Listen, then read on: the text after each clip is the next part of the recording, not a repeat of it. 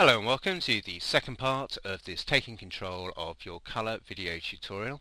In the last part we showed you how to sort out your colour casts and also improve the tone and contrast of your picture using the basic enhancement tools within ACR, and now we're going to take a look at the tone curves.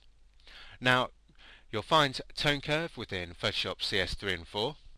If you're using Photoshop Elements, then you can use the color curves that are available within some of the later versions of Elements, and if you're using an earlier version of Photoshop CS, then you can just use curves.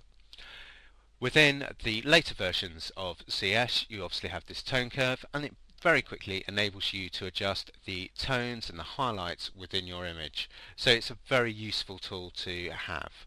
Now, it's split into two different sections. You've got your parametric, which basically enables you to just adjust the highlights, lights, darks and shadows on a slider basis, or you can use it as point, which is very similar to curves within Photoshop itself.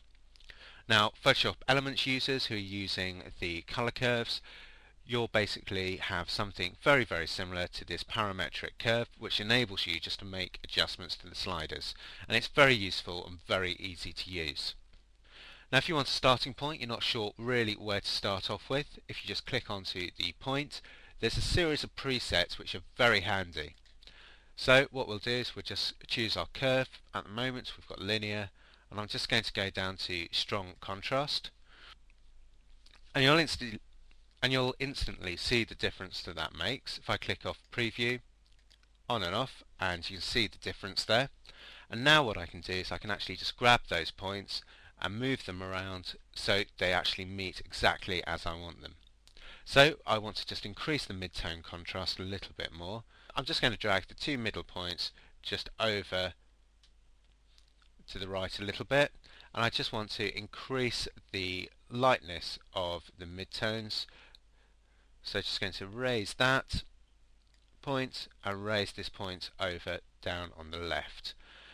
Now as I do that, you can see that this point here is referring to more of the shadow regions, this is the mid-tones, and over here on the right, that is our highlights. So as I pull those highlights down, you'll start to see those clipping warnings disappear. So I raise those highlights, you'll start to see more clipping warnings appear. And what I want is a happy medium between the two. So I'm just going to pull that down just slightly. It's also just increasing the contrast of those highlight areas as well. So there's my sort of custom curve. If I just check it out before and after, you can actually see what a dramatic effect that has on the picture. Really sort of lightened up some of the rock detail, pulled out detail within those tones, and we've also been able to pull back just a little bit more detail within the sky and the clouds.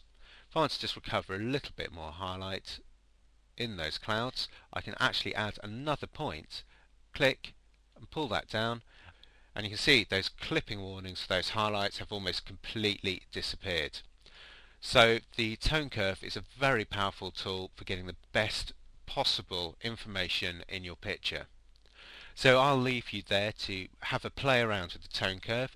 Do experiment. Again, it's not an exact science, but the more you play around with the tone curve, the better the effect and the results that you will get.